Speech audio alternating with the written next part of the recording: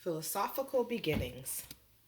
The branches of philosophy we'll be looking at are metaphysics, ontology, epistemology, and axology.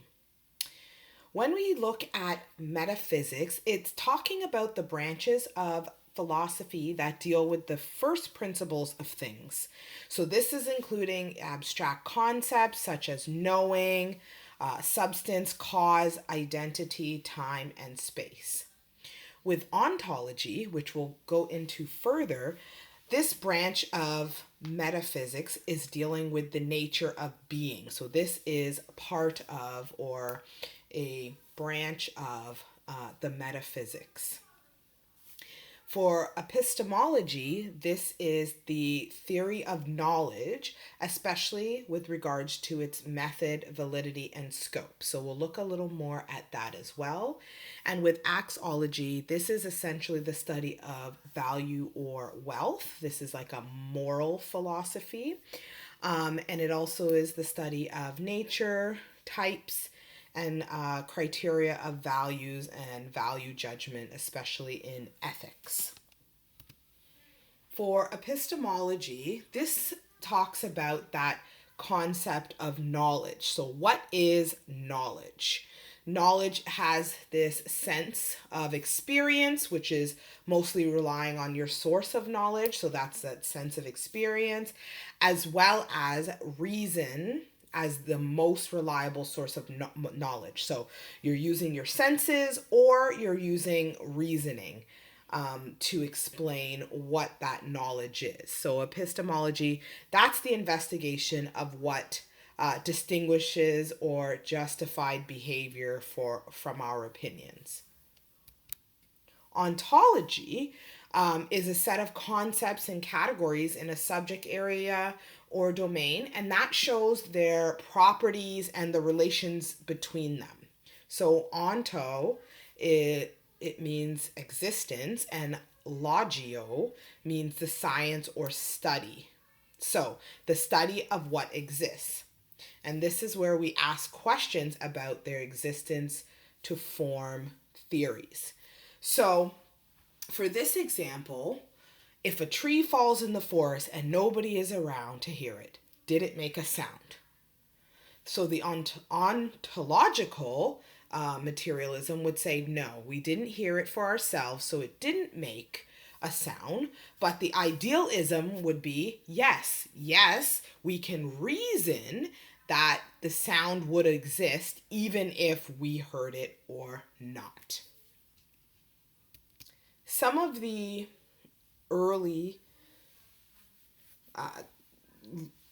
individuals that we will look at, or philosophers, are Socrates. So he was a Greek philosopher and the teacher of Plato, which we'll look at that philosopher later. Some of Socrates' ideas were wisdom begins in admitting your own ignorance. So once you can determine that what you don't know or what you've not known well, you are becoming wise. Self-knowledge is the ultimate virtue, so understanding oneself, that inner understanding, and people can arrive at truth through questioning. So that's really asking and being inquisitive to learn and gain knowledge and arrive at truths. So the Socratic method of inquiry, it would be asking questions like, what do you mean by that? How do you know? Can you give me an example? What are the consequences of that? What is the counter argument? So when you're asking questions, you're really kind of digging into a concept which can help you arrive at truth, which is Socrates' thought. Perennialism is the search for everlasting ideas and knowledge. So in this case, this educational philosophy is connected to idealism. And it said it's idealism with a dash of realism, right? Is this concept. So the priority of education should be to teach principles that have persisted for centuries, not facts. So, in this case, an example would be Ontario's kindergarten program.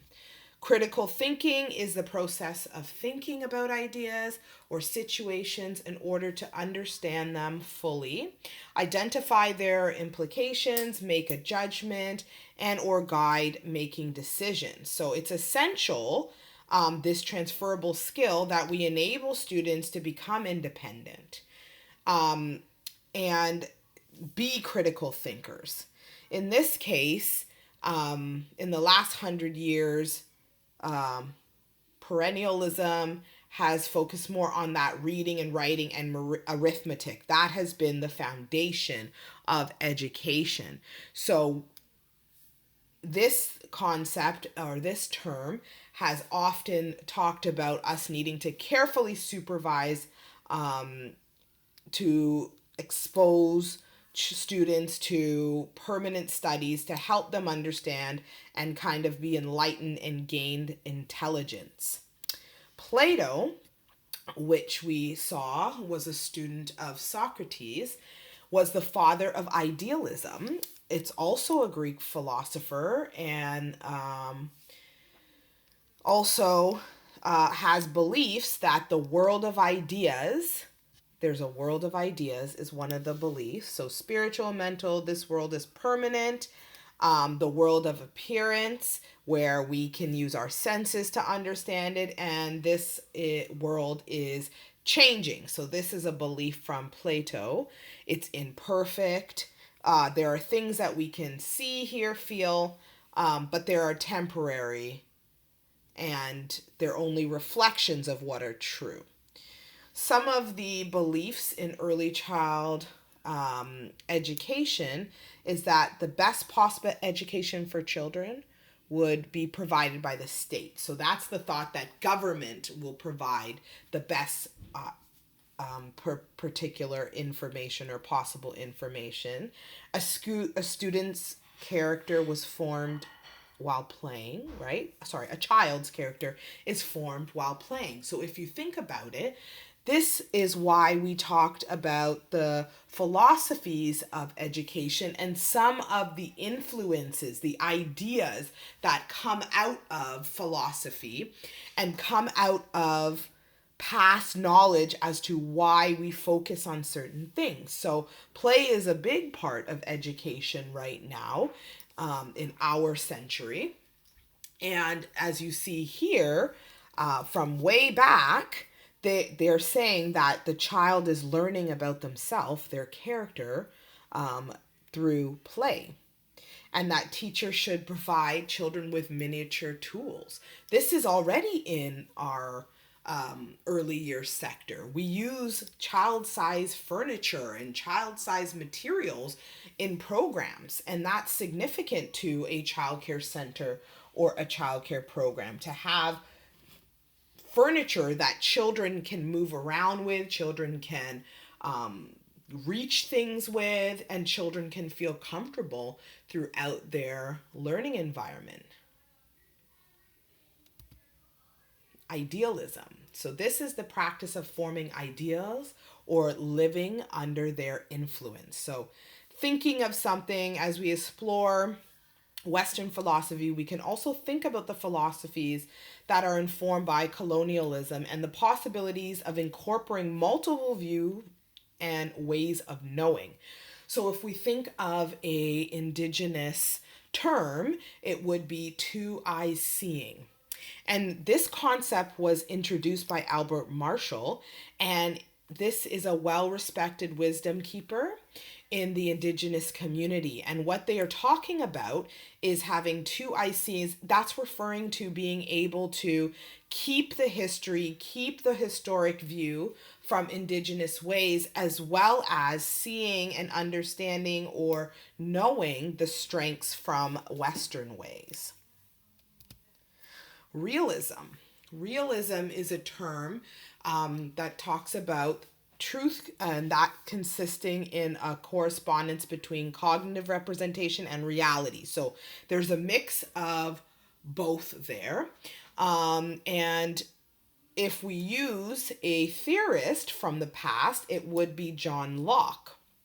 And John Locke had this idea that our minds were blank slates when we were children or when we were born, and that our impressions or our understanding or our learning comes from those around us when we are observing them and things like that. So we are very much being almost written on this blank slate by those around us. For realism, they're concerned with objects and facts and in the here and now. So they're concerned with Western laws and modernization of facts, orders, and discipline, and the maintenance of the status quo. So in realism, truth, and the scientific methods are needed. So we'll look at some early views of children, and I had mentioned John Locke under that realism term, but he was a realist, and he also saw children as a blank slate or tabula rasa.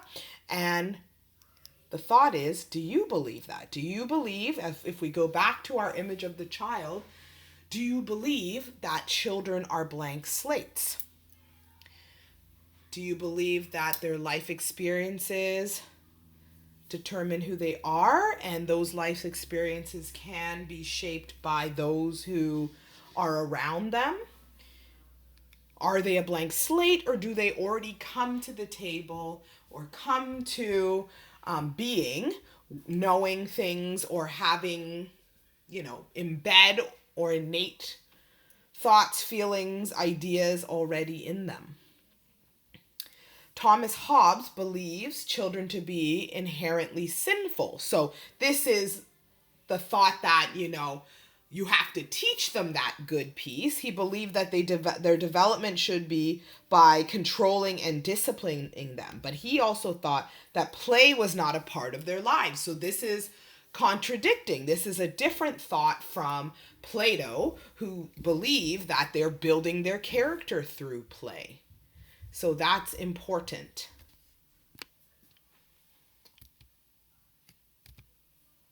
Joanne Pestalozzi, recognized as the first early childhood educator. This individual opened a school for young children. They believe that they can make their own decisions and discoveries, and encourage teachers to respect children. So these are some early thoughts. We have Jean-Jacques Rousseau. This is very much one of the foundational philosophers of childhood or early childhood. And the understanding this early on that childhood is a separate entity from adulthood.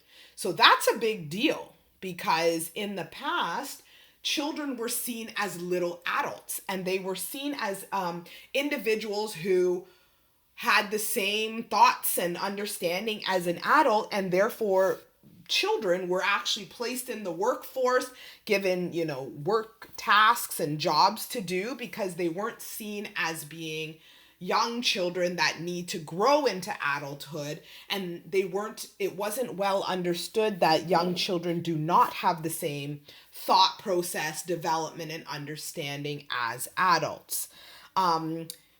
He believed that learning was achieved through exploration and discovery, and experiences should be natural. So play-based, we see this play-based concept here again, rather than structured formal school settings. So we again see this play idea coming from early philosophers, which has shaped how education looks today. We have early philosophers. And it's interesting that they were saying this so long ago. This is over 200-300 years ago. They were saying these things, and it's taking quite a long time to change education or catch up to where they were mentioning play is important, children are separate from adults, developing their character through play, giving them child materials. Like, all these things seem to have been said many, many years ago, and it's taken quite a while for us to move into that type of education, because as you know, the kindergarten program in this context didn't start it finished implementing fully again in 2015. So that's many, many years after. They started putting it into place in 2010, and it was fully rolled out in Ontario by 2015.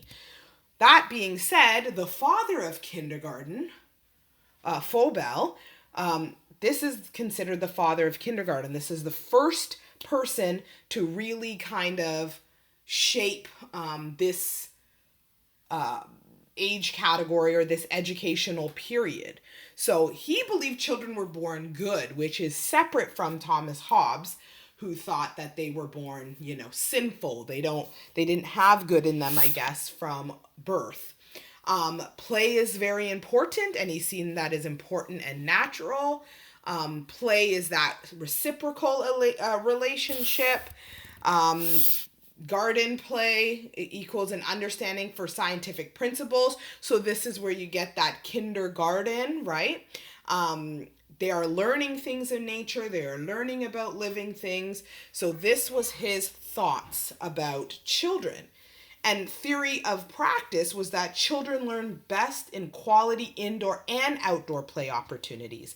This is what we talked about within the first week when we said your classroom, that third teacher, is an extension of the indoors. Your outdoor learning environment is an extension of the indoors. So it's important that we don't just go outside and forget about all the small groups and large groups and intentional material choices and things that we do indoors, and that children need to connect with nature. Children need specially designed materials. We're hearing this again with Plato, I believe, who said they need small miniature materials. And it should be based on their interests. So that sounds like a particular philosophy.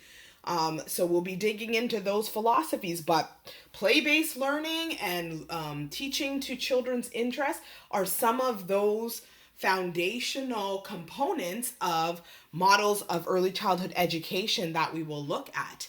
And the fact that he invented the circle and the use of blocks.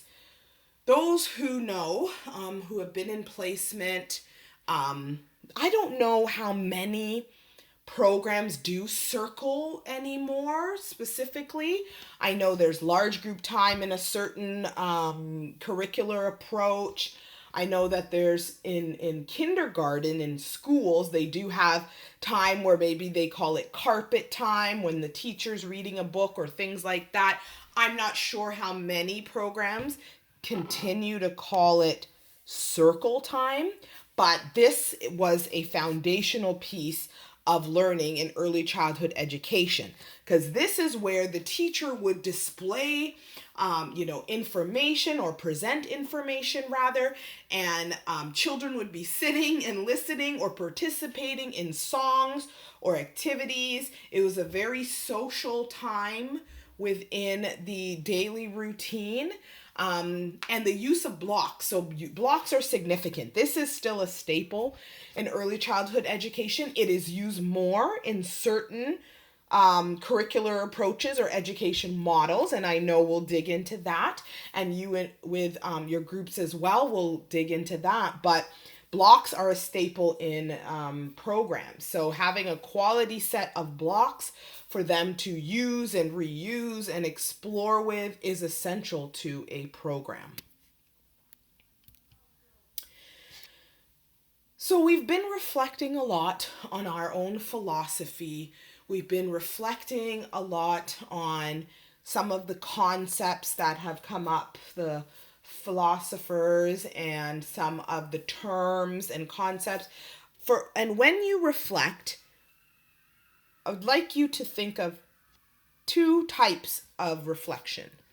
You can reflect on action, or you can reflect in action. So reflecting on action is reflecting on something after it happens. This involves analyzing, learning from the past, and really using those experiences. This type of reflection allows you to have a deeper understanding and evaluation of the actions, and it can lead you to improving your future performance and decision making. Okay, so when you're reflecting, even if when you're in placement, when you're in class, consider if you're reflecting on action or if you're reflecting in action. Reflecting in action, in contrast, is reflecting while something is happening, while something is going on in real time. You're analyzing what's going on and you're adapting. You're adapting how you approach, whatever it is you may be dealing with or whatever it is you may be working on. You are adapting that because you're reflecting in the moment and noticing you need to change or you need to add something to your behavior. That would be reflecting in action. So this type of reflection is more intuitive. It focuses on really gaining a new perspective and solving problems on the spot. Often this requires the development of your skill. So this is like an expert skill where you, with time, will learn how to reflect in action more and make those changes in real time. So both of these types of reflections are critical, and they're critical not only for your personal growth, but also for your professional growth. So like I said, when you're in class, when you're out of class, when you're in placement, reflecting on your actions, which is more common and often what we do when we ask questions for reflection, even in How Does Learning Happen and documents like that. But reflecting in action can also be a very, very useful tool for you later on. And then we come to the educator fingerprint. So an educator fingerprint, this is an analogy that I came up with for you to describe that impact that you have on those families. Although your fingerprints may be invisible, they do have an impact or an impression that you may not see. So when I look at the concept of the educator fingerprint and the marks that we make, our fingerprint or our impression or even our philosophy later on is really based on our positionality, our dispositions, our experience, our values, and our culture. And these make up our professional identities. For positionality and disposition, these two are connected to our professional identities. And as an educator, we can't disconnect from our personal and our professional identities. Positionality specifically refers to how differences in social position and power shape your identity and access in society. So where you see yourself, how you see yourself, that has an impact on how you view the world. And disposition, like we talked about, or like you may have talked about also in child development, is really referring to your inherent qualities and characteristics. Temperament is the other term, or the term we use when we talk about it in child development. So you can learn more about your educator fingerprint or your professional identity by self-reflection. So whether that's reflecting in or reflecting on action, it would be self-reflection on your practices, your values, and beliefs, because all the decisions that you make are based on these underlying beliefs. So you need to be careful to consider your multiple positionalities that inform your identity and your experience. These multiple positionalities are what make up this educator fingerprint. So seeing, your cultural values, your experience, all of that has an impact on what you do and how you do it and how you see the world. It has an impact on how you teach.